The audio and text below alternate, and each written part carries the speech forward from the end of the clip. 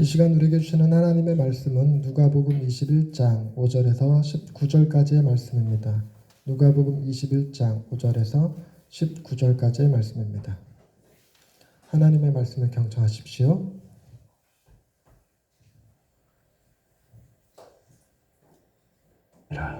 어떤 사람들이 성전을 가리켜 그 아름다운 돌과 헌물로 꾸민 것을 말하며 예수께서 이르시되 너희 보는 이것들이 날이 이르면 돌 하나도 돌 위에 남지 않고 다 무너뜨려지리라.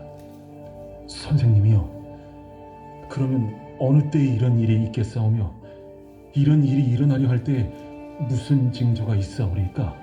미혹을 받지 않도록 주의하라. 많은 사람이 내 이름으로 와서 이르되 내가 그라하며 때가 가까이 왔다 하겠으나 그들을 따르지 말라. 난리와 소요의 소문을 들을 때 두려워하지 말라. 이 일이 먼저 있어야 하되 끝은 곧 되지 아니하리라. 민족이 민족을, 나라가 나라를 대적하여 일어나겠고 곳곳에 큰 지진과 기근과 전염병이 있겠고 또 무서운 일과 하늘로부터 큰 징조들이 있으리라. 이 모든 일 전에 내 이름으로 말미암아 너희에게 손을 대어 박해하며 회당과 옥에 넘겨주며 임금들과 집권자들 앞에 끌어가려니와 이 일이 도리어 너희에게 증거가 되리라. 그러므로 너희는 변명할 것을 미리 궁리하지 않도록 명심하라. 내가 너희의 모든 대적이 능히 대항하거나 변박할 수 없는 구변과 지혜를 너희에게 주리라. 심지어 부모와 형제와 친척과 벗이 너희를 넘겨주어 너희 중에 며칠 죽이게 하겠고 또 너희가 내 이름으로 말미암아 모든 사람에게 미움을 받을 것이나 너희 머리털 하나도 상하지 아니하리라. 너희의 인내로 너희 영혼을 얻으리라. 아멘. 이 말씀을 통하여 우리에게 은혜 베푸시길 원합니다. 아멘. 예, 이번 주에 수능이 있었죠. 오늘 그 주인공을 볼 수 있을 줄 알았더니 못 보겠네요. 네. 수능 한파가 있었습니다. 자연이 어떻게 하는지 참 수능 때마다 이렇게 추워요. 뭐 아닌 때도 있었던 기억이 있는 것 같은데 되게 추웠던 것 같습니다. 근데 어느 목사님이 페이스북에 이런 글을 썼더라고요. 수능 하필이면 추울 때 수능을 하는 게 아니라 수능을 준비하느라고 온 국민이 발달발달 떨다 보니까 그 기운이 자연에 전달이 되어서 기온이 내려가서 기온이 같이 떨고 있는 것이다. 이렇게 얘기하기도 하시더라고요. 어찌됐건 그 수능 한파 때 어떤 지역에서는 눈도 왔었다 그래요. 근데 오늘은 가을비가 내리면서 벼락과 돌풍까지 동반할 거라고 그러네요. 여러분 이렇게 벼락과 돌풍이 동반된 이런 자연의 힘을 경험하게 될 때 참 많은 사람들이 두려움을 느낄 때가 있습니다. 예전 같을 땐 정말 우르렁꽝꽝하면 주님이라도 곧 오시는 것 아닐까라는 생각을 가졌죠. 근데 여러분 주님이 오시면 반가운 일입니까? 괴로운 일입니까? 반가운 일이어야 합니다. 우리가 주님을 너무너무 사랑한다면 그 주님 만나는 게 최고의 기쁨이 돼야 되는데 우리는 사랑의 우선순위가 조금 뒤틀려져 있어서 주님 사랑하는 거 분명 맞습니다. 맞기는 하지만 이번에 송민이가 시험 봤는데 대학은 좀 들어가고 난 다음에 그리고 이번에 기왕 대학 들어갔는데 직장에도 좀 들어간 다음에 내가 이번에 개돈 부어갖고 내가 탈 때가 얼마 안 남았는데 그거 좀 산 다음에 뭐 이런 식으로 저도 제 책이 12월 달에 나오는데 책 나온 거 본 다음에 뭐 이런 형태로 우리는 주님보다 더 사랑하는 것들이 더 있습니다. 그래서 주님이 당장 우리가 주님 만나는 거 반갑지 않다는 얘기 아니에요. 주님 반가운데 조금만 좀 늦추자고 조금만 뭐 이런 형태의 느낌을 가질 때가 있습니다. 차라리 그런 거면 괜찮은데 또 하나는 무슨 문제가 있냐면 주님이 오시면 불편한 사람들 있죠. 안 믿었던 사람들, 주님 없다고 생각했던 사람들, 주님을 대적했던 사람들, 내 힘을 믿어 차라리 내 주먹을 믿어 했던 사람들은 종말의 때가 굉장히 두려움으로 다가올 것입니다. 오늘 본문에는 이런 두려움에 대한 이야기가 담겨져 있습니다. 그 두려움의 시작이 뭘로부터 시작되냐면 5절 말씀을 보시면 어떤 사람들이 성전을 가리켜 그 아름다운 돌과 헌물로 꾸민 것을 말하매 라고 시작되고 있습니다. 이스라엘 사람들에게 성전이라고 하는 그 헤롯 성전은요 당대에 그 로마가 다스리고 있던 땅 안에서 몇 개 안 되는 위대한 건축물 가운데 하나였습니다. 여러분 이스라엘은 지배 국가가 아니라 피지배 국가입니다. 피지배 국가이기 때문에 그 로마 본토에서 뭐 어마어마한 그 건물들이 있는데 자기네 피지배국가인 자기네도 어마어마한 성전이 있다는 거, 건축물이 있다는 거에 대한 굉장히 큰 자부심이 있었어요. 이게 장난이 아니라 실제로 그때 당시 역사가들의 저술에 의하면 3대 건축물 가운데 하나라고 포함하고 있다고 그래요. 그 사람들이 그 종교를 가지고 있지 않아도 예루살렘 성전은 한 번쯤 죽기 전에 보고 싶다라고 했던 사람들의 관광으로 오는 사람들이 굉장히 많았습니다. 그리고 그 수익이 엄청났어요. 여러분 가만히 생각해 봅시다. 이 사람이 지금 이스라엘 사람인데 보십시오. 이 예루 성전, 이 성전이 얼마나 아름다운가. 저 돌들을 보십시오. 하나하나가 다 작품입니다. 그러니까 얼마나 그 소문이 엉터리로 났냐면 그 돌과 돌이 너무 예쁘니까 그 사이에 금칠했을 것이다라는 소문까지 났어요. 오늘 본문에 예수님께서 돌 위에 돌 하나도 남지 않고 다 무너뜨려지리라 라고 예언하셨는데 실제로 AD 70년에 티투스 장군이 그 예루살렘을 침공했을 때 그 돌과 돌 사이에 금 벗겨가려고 실제로 돌을 다 무너뜨렸다고 해요. 결과적으로는 금은 없었다고 합니다. 근데 금이 있을 줄 알고 무너뜨렸는데 힘들게 서서 무너뜨렸는데 금이 없으면 더 화날까 화 안 날까? 화나죠. 그러니까 더 해코지 짓을 하지 않았을까 싶은 생각이 농담입니다. 얼굴들이 다 굳어계시네. 그런데 여러분 가만히 보시면 그 사람이 자랑하고 있는 것은 헤롯 성전의 아름다움이지 그 성전에서 우리의 경배를 받으시는 하나님이 계신다라는 것에 자랑을 느끼고 있지는 않습니다. 여러분 이게 참 아이러니한데요. 여러분 하나님은 분명히 계십니까 안 계십니까? 계십니다. 분명히 계시죠. 이스라엘 백성들은 그 하나님을 믿는 사람들입니다. 그리고 그 하나님이 유일한 하나님이라고 얘기해요. 로마 왕제 걔는 신이 아니야. 우리 하나님이 진짜 참 신이야 라고 믿었던 사람들입니다.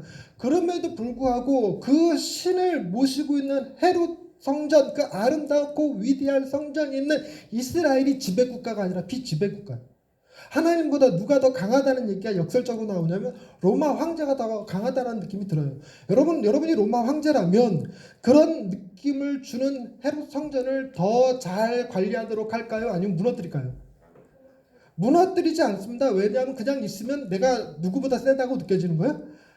이스라엘 민족이 섬기는 하나님보다 세다는 느낌이 들어요. 그래서 이 사람들이 지금 하나님을 섬기는 백성에 대한 자부심이 있는 것이 아니라 3대 건축물 가운데 하나인 헤롯 성전을 가지고 있다는 것에 대한 자부심을 느끼고 있어요. 그러니까 예수님께서 뭐라고 얘기하시냐면 돌 위에 돌 하나도 남지 않고 다 무너질 것이다. 때가 되면 무너질 것이다. 이렇게 예언을 했는데 자칫 오해하면 하나님께서 지금 성전 자체를 부정적으로 보고 있다 생각하기 쉬운데 그렇지 않습니다. 여러분 누가복음의 저자가 누구일까요? 누가입니다. 누가복음 1장서부터 사도행전 28장까지 기록하면서 성전에 대해서 부정적으로 표현한 바가 없어요. 예수님께서 태어나서 할례를 받으신 후에 성전에 올라가서 시므온과 안나에 의해서 축복기도 받았던 장소가 성전, 그리고 예수님께서 12살 되던 해에 성전에 올라가서 랍비들과 대화를 나누셨다고 하는 것도 성전이었어요. 예수님은 유월절 되면 항상 성전에 올라가셨습니다. 그러니까 성전에 대해서 부정적이신 분이 아니에요. 그래서 성전을 왜 하나님을 섬겨야 될 그 성전을 관광지로 만들어버리냐라는 것 때문에 심판의 의미로다가 멸망시킨 것은 아니라는 겁니다. 6절 말씀을 다시 한번 봅시다. 너희 보는 이것들이 날이 이르면 돌 하나도 돌 위에 남지 않고 다 무너뜨려지리라. 지금 이것은 내가 그 성전을 심판하리라 라는 말이 아니죠. 그렇게 될 것이다 라고 하는 미래에 있을 어떤 일에 대한 예언의 말씀을 주고 계신 겁니다. 예언의 말씀을 주시면서 이 일이 누구의 죄 때문이다 라고도 얘기하지 않으시고 하나님의 계획 가운데 있다라고 말하지도 않습니다. 여러분 부정적으로 한없이 바라다 보기 시작하면 그래 성전을 관광지로 만들었어? 그럼 다 무너뜨려야 돼. 그럴 것 같으면 여러분 지금 유럽에 있는 큰 성당들, 교회들 여러분 하나님의 진노 아래 반드시 무너져야 될 것들이 되고 맙니다. 우리들도 마찬가지입니다. 성전이 좋으면 좋지 나빠서 좋을 거 뭐 있습니까? 그죠? 아름다우면 좋죠. 뭐. 그러나 주님의 말씀은 좀 다른 데 포커스가 맞췄어요. 주님이 도대체 무슨 얘기가 하고 싶으셨던 것일까? 여러분 성전은 이스라엘 민족에게서 정체성을 드러내는 것입니다. 여러분 성전의 원류가 되는 원형이 되는 것이 무엇이냐면 성막이었어요. 이스라엘 백성이 애굽 땅에서 종살이하다가 출애굽해서 가나안 땅을 향해 갈 때 그 가나안 땅을 향해 가는 그들의 민족 가운데 하나님이 함께 계시다라는 증거로 뭘 보여주셨냐면 성막. 그래갖고 성막은 이동 가능한 텐트식 성전이었어요. 그 성막이 나중에 솔로몬에 의해서 성전이 되었고 느헤미야에 의해서 다시 한번 지어졌고 헤롯에 의해서 세 번째로 완공되어진 성전입니다. 이 세 개 중에서 가장 아름답다는 게 헤롯의 성전인데 이스라엘 백성들에게는 하나님이 함께 하시겠다라고 하는 상징이었기 때문에 그 원형이 성막에 있었고 그보다 앞선 게 뭐 있었냐면요. 여러분 하나님이 인간과 함께 계시던 장소가 있었어요. 인간이 범죄함으로 말미암아 하나님과 같이 있지 못하게 돼서 성막이라는 곳에 구별된 장소를 만들긴 했지만 그 이전엔 함께 계셨습니다. 거기가 어디입니까? 에덴 동산. 이스라엘 백성들에게 에덴 동산은 그들이 회복해야 될 꿈의 도시였어요. 그래서 그 에덴 동산을 빗대어서 시온산에 하나님의 예루살렘 성이 시온 성전이 세워질 것이다. 거기서 하나님이 우리를 통치하실 것이다 라는 기대를 가지고 에스네파 사람들은 광야에 나가서 하나님의 나라를 기대하고 있었고 바리새인들은 도시에서 함께 사람들을 율법적으로 거룩하게 만들기 위해서 살아가던 사람들이었어요. 하나님의 나라를 기대하던 사람들이었습니다. 그런데 여러분 예수님께서 십자가 달려 돌아가시고 부활하신 이후에 하나님은 어디에 계시는 하나님으로 성경이 묘사하고 있는지 아십니까? 하나님은 어디에 계실까요? 하나님은 저와 여러분 안에 계십니다. 끊임없이 바울이 하는 얘기가 뭐냐면 우리가 곧 하나님의 성전이다라고 얘기합니다. 더 놀랍게도 교회라고 하는 것이 이런 눈에 보이는 건물이 아니라 저와 여러분이 교회예요. 예수 그리스도를 머리로 하는 그 지체들이 되어서 누구는 손이고 누구는 머리고 누구는 팔이고 누구는 다리고 누구는 뭐 여러 장기들이고 하면서 우리가 따로 있으면 아무런 기능 못하고 죽어버릴 수밖에 없는 존재지만 예수 그리스도를 중심으로 우리가 하나로 모이면 몸이 되어 역동성이 일어나고 살아 움직일 수 있는 존재가 되는 것, 그게 바로 교회다 이렇게 얘기를 하는 거거든요. 그러니까 여러분 성전 아름다운 돌이 있던 그 헌물로 지어졌건 상관없이 하나님이 계시지 않으면 그냥 건축물에 불과한 겁니다. 그러나 하나님이 계시다면 아무리 연약한 자라 할지라도 아무리 작은 자라 할지라도 그가 존귀한 자예요. 예수님이 하시는 건 뭐냐면 바로 그 성전을 존귀히 여기던 그 사람들에게 성전이 아니라 너희가 존귀하다라는 걸 보여주시는 겁니다. 여러분 그런 의미로 앞전의 말씀 보십시다. 21장 1절에서부터 4절 말씀에 예수께서 눈을 들어 부자들이 헌금함에 헌금 넣는 것을 보시고 또 어떤 가난한 과부가 2렙돈 넣는 것을 보시고 이르시되 내가 참으로 너희에게 말하노니 이 가난한 과부가 모든 사람보다 많이 넣었도다. 저들은 그 풍족한 중에서 헌금을 넣었거니와 이 과부는 그 가난한 중에서 자기가 가지고 있는 생활비 전부를 넣었느니라 하시니라 그랬죠. 여러분 지금 헤롯은 성전을 아름답게 꾸미기 위해서 바리새인들과 서기관들과 결탁해서 누구까지 진짜 고혈을 짜내고 있냐면 가난한 과부의 2렙돈 생활비 전부인 그것까지 고혈을 짜내서 그걸로 성전을 짓고 있어요. 예수님 당시만 해도 완공되지 않은 거고 계속 짓고 있는 중이었는데 짓고 있다 보니까 건축비가 필요했고 건축비를 뜯어내는 다양한 방식으로 그 돈 헌금하면 하나님께서 복을 주실 것이다 라는 이 기복사상이 파다했습니다. 여러분 중세시대 때도 이런 똑같은 짓 한번 했다가 종교개혁이 일어났죠. 그게 뭐였냐면 그 베드로 성당 질려낼 때 돈이 부족하니까 로마 교황청에서 뭘 했냐면 면죄부라는 걸 팔았어요. 니들의 부모님이 죽어갖고 지금 천국에도 못 가고 지옥에도 못 가고 연옥이라는 곳에서 대기하고 있는데 니들이 돈을 헌금을 딱 하면 헌금함에 돈이 떨어지는 순간 연옥에서 천국으로 옮겨진다라고 하는 얘기를 하면서 뭐 할 목적이었냐면 돈 뜯을 목적이었단 말이에요. 여러분 돈 뜯을 목적으로다가 그런 얘기를 해서 베드로 대성당을 지었으니 베드로 대성당이 잘 될 리가 뭐 있겠습니까? 어찌됐건 그로 인해서 전주교는 갈라져서 개신교와 카톨릭으로 개신교와 천주교로 이렇게 나눠지게 되었고 우리는 지금 개신교에 속해 있는 사람들입니다. 그런데 우리 역시 똑같이 베드로 성당 짓듯이 교회의 아름다움에만 매몰해서 그거 짓겠다고 있으면 뭘 잘못 봐도 잘못 본 거예요. 여러분 주님의 위대하심은 과부가 2렙돈으로 낸 돈으로 성전 짓는 것에 그 성전의 아름다움을 만드는 것이 아니라 그 과부가 아름답게 만들어.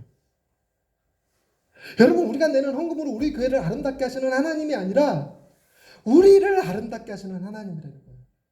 여러분 그 사랑이 그 은혜가 얼마나 기가 막혀. 여러분 어떤 인간을 아름답고 존귀한 자로 만드실 수 있는 분 그분이 곧 하나님 우리가 자랑해야 될 건 그 하나님이라는 사실입니다. 그런데 더 놀라운 것은 오늘 본문에 계속 주님이 부정적인 이야기들 쭉 해나가시는데 여러분 몇 절만 일단 살펴보십시다. 7절 말씀. 사람들이 물어요. 선생님이요, 그러면 어느 때에 이런 일이 있겠사며 이런 일이 일어나려 할 때 무슨 징조가 있사오리까? 이스라엘 사람들은요, 어떤 일이 일어나기 전에 늘 언제나 징조가 있을 거라고 생각을 했어요. 여러분 충분히 이해는 하실 수 있죠. 고대 사회였습니다. 고대 사회에서 사람들은 길흉을 점치는 습관이 있었어요. 예수님이 오시는 것도 동방 박사들은 뭘로 점친 거였어요? 하늘의 별, 천문학을 통해서 점쳤던 거예요. 그래서 어떤 징조가 있을 것이라고 생각을 했고 그 징조가 뭐가 될 건지를 물었습니다. 그때 예수님이 이런 말씀하세요. 징조에 대해서 설명하는 것이 아니라 그런 일이 있을 때 어떻게 해야 될까? 여러분 예수님의 포커스 잘 때 징조에 대한 얘기가 아닙니다. 8절 말씀, 미혹을 받지 않도록 주의하라. 여러분 미혹받지 않도록 주의하라는 얘기를 하셨어요. 1차적으로는 예루살렘 성전 멸망의 때이지만 2차적인 의미로는 정말 인류 종말의 때를 얘기합니다. 근데 종말의 때 우리가 조심해야 될 게 뭐 있냐면 주님 오신다, 멸망의 때가 왔다, 이제 종말이다라고 할 때 제가 여러분들한테 가르쳐드렸던 정말 훌륭한 반응은 뭐라고요? 흥찌뿡. 여러분 그 흥찌뿡하지 않으면 100% 미혹됩니다. 여러분 요즘 뉴스에 그거 나왔어요. 그 페이크 딥인가 뭐라고 하는 그 어플인데 그 사람의 8시간짜리 동영상을 AI에 집어넣으면 그 사람의 말투, 습관, 표정을 그대로 본따서 가짜 영상을 만들 수 있는 거예요. 여러분 그 페이크 딥 그 프로그램으로 뭘 할 기대를 하고 있냐면 여러분 아나운서 지금 제일 잘 나가고 제일 예쁘고 제일 발음 정확하고 정말 잘하는 아나운서를 한 8시간 동영상 집어넣어갖고 학습시킨 다음에 그 사람의 표정과 모습 그대로 아나운서를 하면요, 우리는 그 사람이 AI인지 진짜 그 아나운서인지 몰라요. 근데 그 사람의 장점은 뭐냐면 이 사람은 졸려요, 안 졸려요? 안 졸려. 24시간 일할 수 있단 말이에요. 그러니까 사람을 고용하느니 그렇게 초상권 하나 사갖고 그 사람으로 방송 때리면요 훨씬 유익인 훨씬. 그러니까 그것도 그렇게 하기 위해 만든 기술이다라고 말하는데 과연 사람들이 좋은 데만 쓸까? 얼마든지 나쁜 데도 쓰죠. 이번에 아마 이제 사람들이 걱정하기는 22대 총선이 되나요? 21대 총선이 되나요? 내년 4월달 몇 대 총선이에요? 어쨌든 다음 달 4월달에 있을 총선에 상대편 진영을 깔기 위해서 그 페이크 딥을 기술을 이용해갖고 가짜 영상을 만들어서 유포시킬 수도 있다는 겁니다. 여러분 그렇게 되면 이제는 우리는 뭐도 못 믿을 시대가 되냐면 보여줘도 못 믿을 시대. 보여줘도. 제가 늘 그러는 건데 여러분 하나님을 보고 믿는 거 아니에요. 하늘에 예수님의 형상이 나타났다 할지라도 여러분 그게 예수님의 형상일 가능성이 아니라 홀로그램일 가능성이 커요. 영상 중에 누가 나타났다 그거 다 조작일 가능성이 큽니다. 여러분 누군가가 저를 음해한다고 생각하면 제가 지금 동영상이 인터넷에 무지하게 올라가 있는데 그거 다 페이크 딥 해갖고 제가 전재훈 목사가 자기가 재림 예수라고 했다라고 그 영상 만들어낼 수 있습니다. 얼마든지. 그러니 영상을 믿을 게 됩니까? 못 됩니까? 못 돼요. 여러분 집에서 이제 설교 듣는 거 안 돼요. 위험한 일입니다. 어디 와서 들어라? 교회 와서 들어야 됩니다. 미혹되지 않게 조심하셔야 돼요. 영상으로 인터넷으로 듣다 보면 여러분 미혹됩니다. 여러분 반드시 어디 와서 예배 드려라? 송민아 어디서 지금 예배 드리고 있니? 여기 와서 예배 드려야 된다 지금. 지금 몇 달 만에 오셔서 너무 반갑기는 한데요. 항상 이렇게 같이 예배 드리십시다. 이게 여러분 기술이 발전해서 앞으로 사회는 TV를 벽에 붙여갖고 TV인지 실제 바깥 풍경인지 구별 못하는 시대가 지금 됐거든요. LG 그 TV 올레드 TV 보시면요, 여러분 거기에 파리가 있으면 진짜 파리인지 영상인지 구별 못합니다. 그 정도의 시대가 됐기 때문에 여러분 굳이 교회 나가지 않아도 전 세계 어디든 영상 틀어갖고 마치 내가 그 예배당에 있는 것처럼 하다못해 이 안경 3D 4D 뭐 하는 거 있잖아요. 그거 끼고 예배 참석할 수 있습니다. 어느 성당이나 어느 교회당이나 다 그렇게 될 수 있어요. 그러나 그렇게 드리는 예배는 뭐일 가능성이 크다? 그 목사가 진짜가 아닐 가능성이 커요. 이제는. 그러니까 우리는 뭐 하자? 모이기에 힘쓰십시다. 주일날 반드시 와서 예배 드리십시오. 안 그러면 미혹당합니다. 그런데 보세요. 많은 사람이 내 이름으로 와서 이르되 내가 그라하며, 많은 사람들이 예수님 자기가 예수라고 얘기합니다. 그래서 내가 예수다라고 말을 하는데 원문의 의미를 좀 더 적극적으로 해석한 어떤 번역본에는 내가 하는 일을 할 것이다 라고 돼 있어요. 요한계시록에도 똑같이 나오는데요. 그 사람도 병든 사람 고치고 죽은 자 살리고 이런 일들을 할 거라는 겁니다. 여러분 우리가 그런 거에 정말 잘 속아요. 여러분 홀로그램에도 속는 사람들인데 여러분 할렐루야라고 하는 영화 보면 거기 박중훈이가 그 가짜 목사 역할을 하면서 저 장애인 3명 고치는 그거 쇼한다고 멀쩡한 사람들 데려다 연기자들 데려다가 막 휠체어 타고 온 사람 다리 고치고 눈먼 사람 눈 뜨게 해주고 막 이런 일 벌이잖아요. 그런 거에 속는다니까요. 여러분 그거 쇼인데도 속지만 실제로 쇼가 아니라 이해 잘하셔야 돼요. 실제로 어느 목사님이 정말로 고친다. 정말로 우리 하영이 허리 쫙 펴고 여러분들 안경 다 벗게 해주고 머리 좋아지게 하고 실제로 여러분들 가족이 누군가가 죽었는데 아기가 죽었는데 죽은 지 한 20분 정도 지났는데 그 목사님 안수해줘서 살아났다. 실제로 그런 일이 일어난다 할지라도 주님의 명령은 뭐냐면 마지막 때에 그런 일을 할 사람이 있으니까 뭐 하지 말라? 미혹되지 말라. 미혹되지 마십시오. 여러분 조용기 목사님 이름 밝히면 안 되는데 조땡땡 목사님 얼마나 많은 기적들과 이적들을 행했는데 그거 증거할 사람들 줄 서라 그러면 엄청나게 줄 설 거예요. 자기가 이 목사님한테 안수받고 병고침 받았다고 우리 가족이 누가 병을 낳았다고 이런 거 간증해 줄 사람 무지하게 많을 겁니다. 그러나 사람을 의지하면 어떻게 됩니까? 지금 조땡땡 목사님이 지금 횡령 혐의로다가 지금 엄청나게 지금 우리나라 기독교의 망신 아이콘이 되어가고 계십니다. 최근에 영국에서 나왔던 뉴스에 보면 한국의 위기 상황을 대표적으로 단적으로 보여주는 게 조땡땡 목사라고 전국에서 전 세계에서 제일 큰 교회 단임 목사 이러고 나온단 말이에요. 우리나라 여러분 기독교가 팔레스타인 지역에서는 종교였지만 로마에 가서는요 문화가 되었고 미국에 가서는 기업이 되었고 한국에 가서 대기업이 됐다고 얘기하잖아요. 미혹되지 않게 정말 조심해야 돼요. 여러분 제가 사람을 고치는 능력이 없어서 드리는 말씀이 아닙니다. 제가 사람을 못 고치는 거요. 미혹되지 말라고 여러분들. 미혹되지 말라고. 그리고 더 조심해야 될 건 그들을 따르는 행위 하지 마세요. 그들을 따르지 말라. 근데 그 다음 나오는 말씀은 정말 중요합니다. 9절 말씀. 난리와 소유의 소문을 들을 때 두려워하지 말라. 이 일이 먼저 있어야 돼. 뭐가 아니다? 끝이 아닙니다. 끝이 아닙니다. 마치 핵전쟁이라도 일어날 것 같으면 마치 끝인 것처럼 그런데 그런 거 끝이 아닙니다. 끝이 아니에요. 그런데 예수님이 지금 환난에 대한 이야기를 하시면서 10절의 말씀 보시면 그때 당시 이 주님의 메시지를 듣고 있는 사람들에게는 뭔가 충격적인 이야기가 나오는데 10절 말씀 보시면 또 이르시되 민족이 민족을 나라가 나라를 대적하여 일어나겠고 그 당시에 전 세계 패권을 쥐고 있던 나라가 어느 나라? 로마죠. 로마가 패권을 잡고 있는데 로마를 대항하여 일어나는 민족이 있을 거래요. 지금 예수님의 말씀에. 그 나라를 대항하여 일어나는 대적하여 일어나는 나라가 있을 거라는 거예요. 여러분 그런 거 상상하기 어려운 시절이었어요. 지금 우리 민족이 미국과 맞짱 뜨겠다.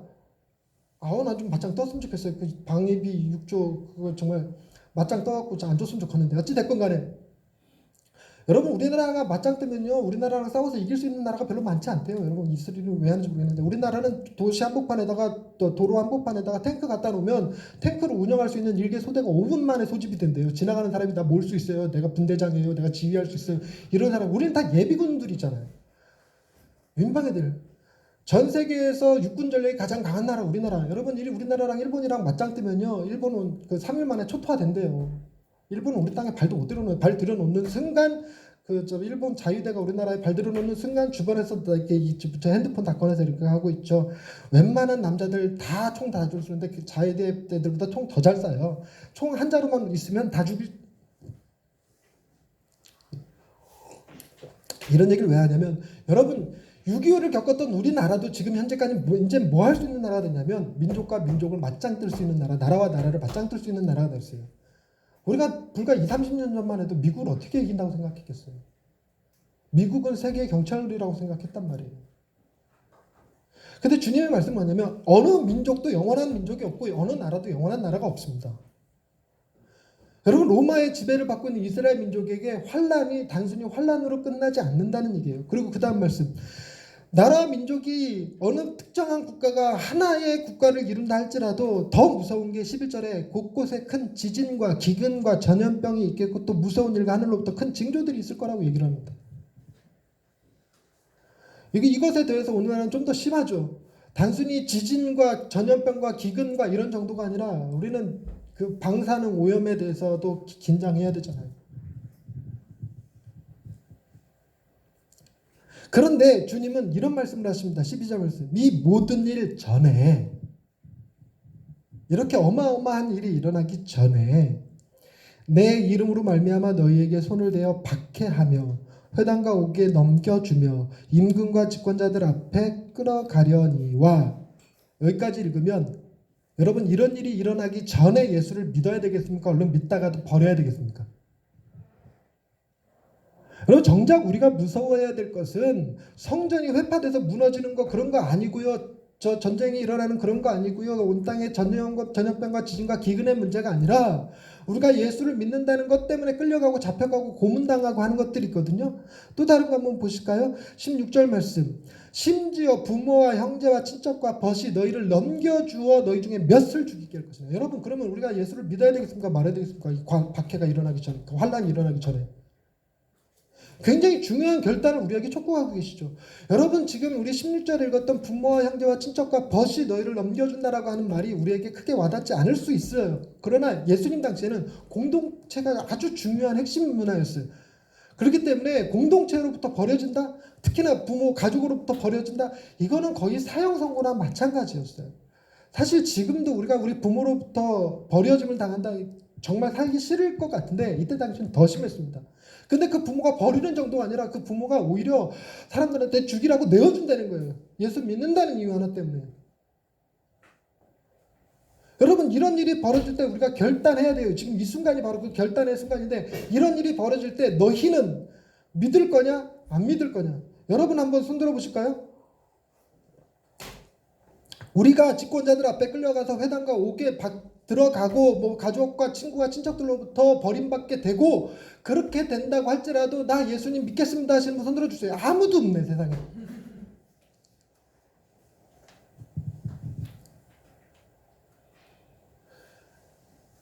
이게 뭘 보여주는 거냐면 여러분 마음속에 이런 일이 박해가 일어나면 난 박해가 일어나기 전에 예수를 버려야 되겠다라고 생각하는 사람이 어디 있겠습니까?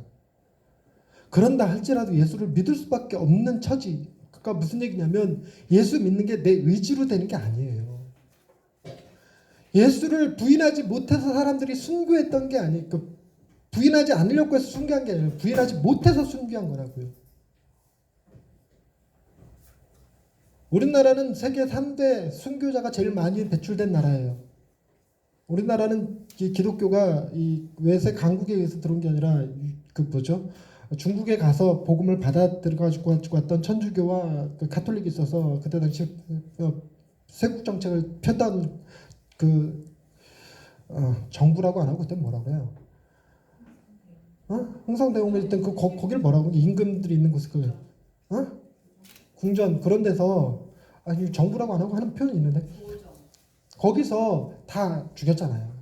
우리가 지금 우리 그 동네 살고 있지 않습니까? 일제시대 때도 많이 죽어서 지금 제암리 유적지 있죠. 옆에 남양 성모성지 있죠. 다 그 사람들 죽었던데요. 수천교회 있죠. 우리나라가 순교자가 많은데, 그런데 우리나라 순교지는 특징이 뭐냐면 예수 믿을래 안 믿을래 하고 죽인 게 아니라 예수 믿는 사람들한테 의견 묻지도 않고 죽여버린 나라예요.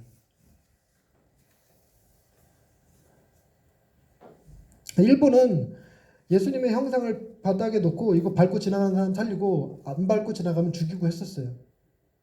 그리고 1년에 한 번씩 그런 사람들 찾는다고 연례 행사로다가 예수님의 형상 이렇게 그려놓고 침 뱉고 지나가는 행사를 했어요. 그래서 마을 사람들 중에서 침 못 뱉는 사람 누구냐 이렇게. 그러면 그 침 못 뱉는 사람 잡아 죽이는, 그렇게 하고 아주 밟은 세건을 한다고 그렇게 하던 시절이 있었어요. 근데 그 일본보다 우리나라가 순교자가 많은 건 묻지도 않고 죽여버렸기 때문에 순교자가 우리나라에서 더 많아요. 그런데 여러분 차라리 묻지도 않고 죽여버리면 은혜죠. 물으면 얼마나 괴롭겠습니까? 근데 괴로운 이유는 뭐냐면 우리가 쉽게 예수님을 버릴 수 있는 존재가 아니에요. 우리 마음에 그렇게 결단되지 않습니다. 하나님이 우리를 붙드셔요. 그러니까 우리에게 뭐가 필요하냐면 환난의 때 주님 어디 계실 거냐는 거예요. 환난의 때. 말씀을 보십시다. 12절 13절입니다. 이 모든 일 전에 내 이름으로 말미암아 너희에게 손을 대어 박해하며 회당과 옥에 넘겨주며 임금들과 집권자들 앞에 끌어가려니와 이 일이 도리어 너희에게 증거가 되리라. 너희에게 증거가 되리라. 여러분 오늘 본문 말씀 그 증거라는 거에 여러분이 성경책이 관주 성경이면 왜 숫자 이렇게 적혀 있고 밑에 뭐 다른 성경에는 이거 나오죠. 또는 증거의 기회가 이렇게 나오는데 관주에 보이십니까? 그러니까 이 본문이 증거가 된다 혹은 증거의 기회가 된다 두 가지 의미로 쓰인다는 거예요. 증거가 된다는 얘기는 뭐냐면 여러분 우리가 하나님으로부터 택함 받은 백성인지 아닌지 정말 내가 죽은 후에 하나님의 나라에 들어갈 수 있는지 내가 하나님의 자녀인지 예수 그리스도의 십자가로 말미암아 하나님의 사랑을 받은 자인지 뭘로 알 수 있을까?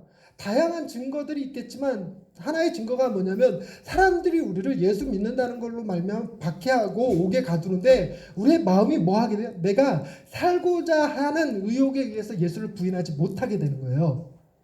그러니까 우리가 예수 믿는 사람들 하나님의 자녀라는 증거가 돼요. 여러분 구원의 증거가 있다라는 거 다윗이 그토록 원했던 기쁨의 근원입니다. 우리가 이 세상을 살아갈 때 무엇으로 나의 기쁨의 근원을 삼을까? 무엇으로 내 삶의 동기를 삼을까? 그것이 바로 예수 그리스도거든요. 예수 그리스도가 나의 삶의 이유요, 목적이요, 방향이요, 전부가 되는 삶. 내가 그런 존재인 걸 어떻게 하느냐? 내가 예수를 부인할 수 있느냐 없느냐를 이런 상황 가운데서도. 그런데 증거의 기회가 되리라. 이건 또 뭘 의미하냐면 내가 그들에게 예수 그리스도를 전할 수 있는 기회.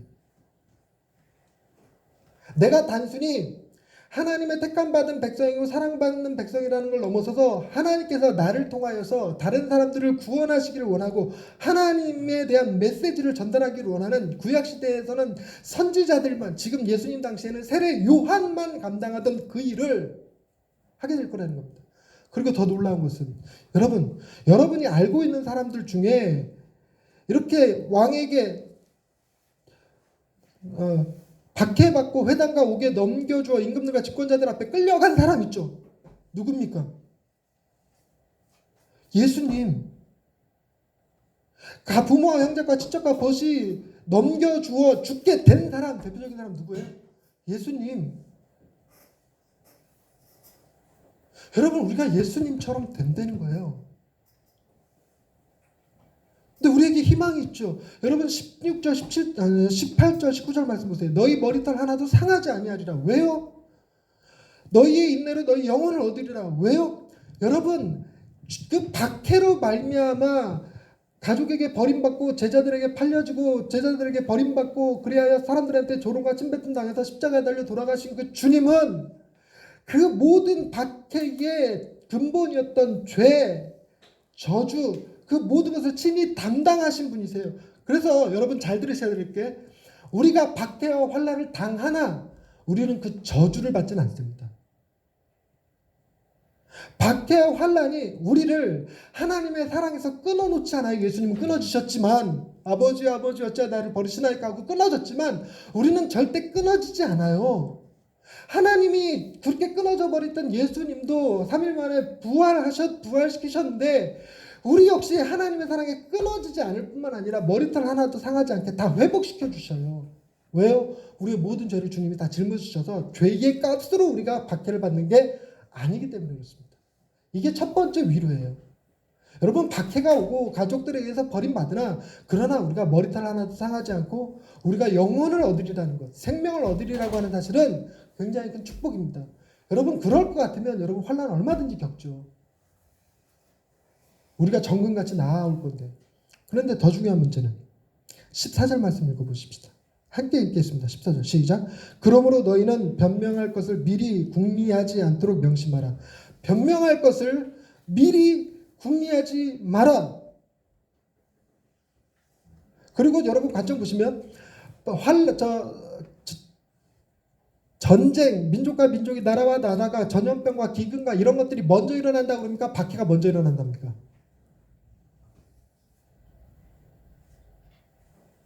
집중 안 하고 계셨구나.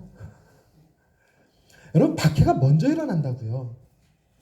박해가. 즉 난리와 난리, 전염병과 기근이 있고 난 다음에 박해가 아니라 그런 일이 일어나기 전에 박해가 먼저 일어난다고요. 그러니까 박해가 일어나고 난 다음에 전쟁도 나고 전염병도 돌고 할 거라는 겁니다. 그러니까 박해는요. 우리가 박해가 이제 일어나겠구나 하고 예측할 수 있는 게 없어요. 우리는 박해를 통해서 뭘 예측하는 거냐면 전쟁과 전염병과 기근과 하늘의 징조들을 예측하게 된다는 거예요. 박해가 먼저예요. 그러니까 박해는 언제 일어날지 알 수 없습니다. 알 수 없는데 이 알 수 없는 박해를 예비시킨다는 사람들이 있어요. 천년 왕국이 시작되기 전에, 천년 박해가 시작되기 전에 사람들을 훈련시키겠다고 하는 교회들이 있습니다. 그런데 주님은 뭐라고 얘기하냐면 변명할 것을 미리 궁리하지 마라. 이 얘기인즉슨 박해가 언제 일어날지 대비하지 말라라는 거예요. 미리 궁리하지 말라. 여러분 일상을 그냥 살으라고 뭐 하는 것처럼 종말의 때에 대해서 제가 여러분들한테 늘 강조하죠. 흥칫뿡 할 수 있어야 종말에 대한 공포로 뭐 종말을 대비하거나 뭐 방어를 판다든가 이런 거 안 할 수 있어요. 그럼 우리 뭐 하면서 살면 되냐면 우리에게 주어진 삶을 충분히 누리며 사시면 돼요. 그냥 종말의 때가 오면 어떡하지? 이런 걱정하지 말라는 얘기예요. 주님이 그냥 너희의 삶을 살아라. 종말의 때에 걱정하고 근심하고 두려워하지 마라. 미리 궁리하려고 들지 마라. 그리고 그 다음 말씀 15절 내가 너희에게 모든 대적에 능히 대항하거나 변박할 수 없는 구변과 지혜를 너희에게 주리라. 막상 그런 일이 생겼을 때 우리가 주님을 버리게 되면 어떡하지? 우리가 말을 제대로 못하면 어떡하지? 뭘 걱정해? 그럴 필요 없어요. 주님이 다 그들이 반박할 수 없는 구변과 지혜, 다른 말로 얘기하면 지혜는요 예수 그리스도 그분 자신을 의미해요. 솔로몬의 지혜보다 더 큰 지혜가 예수 그리스도라는 것이 누가복음의 기록입니다. 여러분 예수님이 그 지혜라서요. 여러분 우리가 아무리 목회자가 아니고 평신도고 성경을 잘 모른다고 할지라도 박해 때 환난 때 우리가 견딜 수 있는 힘의 근원, 버틸 수 있는 힘의 근원을 누가 주시냐면 주님이 주셔요. 그래서 오늘 설교 제목이 끝까지 함께 하시는 예수님이세요. 박해의 때가 온다 할지라도요. 주님이 우리를 버리시고 외면하시는 게 아니에요.